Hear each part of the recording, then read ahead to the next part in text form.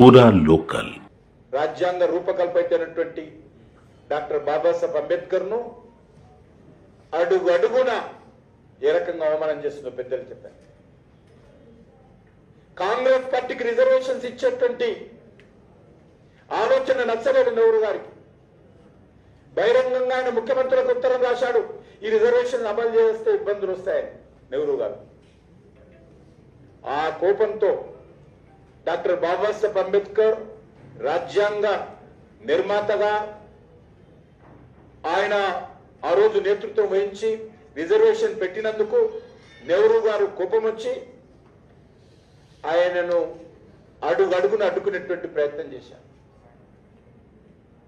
మంత్రిగా, న్యాయశాఖ మంత్రిగా ఉంటే ఆయన మంత్రిగా పోయే విధంగా అనేక రకాలుగా అవమానం చేశారు. చివరకు పార్లమెంట్ సభ్యుడిగా పోటీ చేస్తే ఓడించేటువంటి ప్రయత్నం చేయడమే కాదు, ప్రధానమంత్రిగా ఉన్నటువంటి నెహ్రూ స్వయంగా వచ్చి ఆ ఎన్నికల ప్రచారంలో డాక్టర్ బాబాసాహెబ్ అంబేద్కర్ ను ఓడించాలని ఆయన పార్లమెంట్ కాన్స్టిట్యున్సీలో తిరిగినటువంటి నికృష్టమైనటువంటి మనస్తత్వము ఈ కాంగ్రెస్ పార్టీలని మనం వేస్తా ఉన్నాం. ఇంతకుముందు చెప్పారు, ప్రముఖులు చనిపోతే, స్వర్గస్థులు వస్తే వాళ్ళందరూ కూడా ఢిల్లీలో అంత్యక్రియలు జరిపేటువంటి సాంప్రదాయం. కానీ డాక్టర్ బాబాసాహెబ్ అంబేద్కర్ చనిపోతే ఏ రకంగా అవమానం చేశారో డాక్టర్ లక్ష్మణ్ గారు చెప్పారు. బాంబేకి పంపించారు.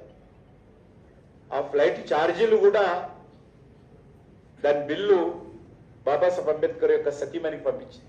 ఇంత దుర్మార్గమైనటువంటి పార్టీ కాంగ్రెస్ పార్టీ అని మనం వేస్తున్నాం.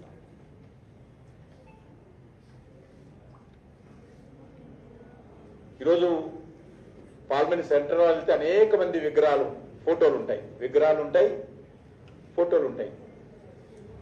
కానీ భారతీయ జనతా పార్టీ అటల్ బిహారీ వాజ్పేయి గారి నిర్ణయం తీసుకునేంత వరకు కూడా సెంటర్లో ఏ రాజ్యాంగం ఆధారంగానైతే పార్లమెంట్ నడుస్తుందో, ఏ రాజ్యాంగం ఆధారంగా ఆ పార్లమెంట్ లో చర్చలు జరుగుతాయో, ఏ రాజ్యాంగం ఆధారంగా పార్లమెంట్ లో చట్టాలకు మార్పులు చేర్పులు కొత్త చట్టాలు జరుగుతాయో, ఆ పార్లమెంట్ లో అందరికంటే ముందు ఎవరైనా విగ్రహం కానీ ఫోటో కానీ పెట్టాలంటే డాక్టర్ బాబాసాహెబ్ అంబేద్కర్ విగ్రహం పెట్టాలి. కానీ కాంగ్రెస్ పార్టీకి బాబాసాహెబ్ అంబేద్కర్ అంటే కోపం కాబట్టి ఆయన ఫోటో పెట్టలేదు, అందరు ఫోటోలు పెట్టుకున్నారు. చివరకు ఎన్డీఏ ప్రభుత్వం వచ్చిన తర్వాత అటల్ బిహారీ వాజ్పేయి గారి చొరవతో అక్కడ చిత్రపటం పెట్టి ఇంత దుర్మార్గంగా కాంగ్రెస్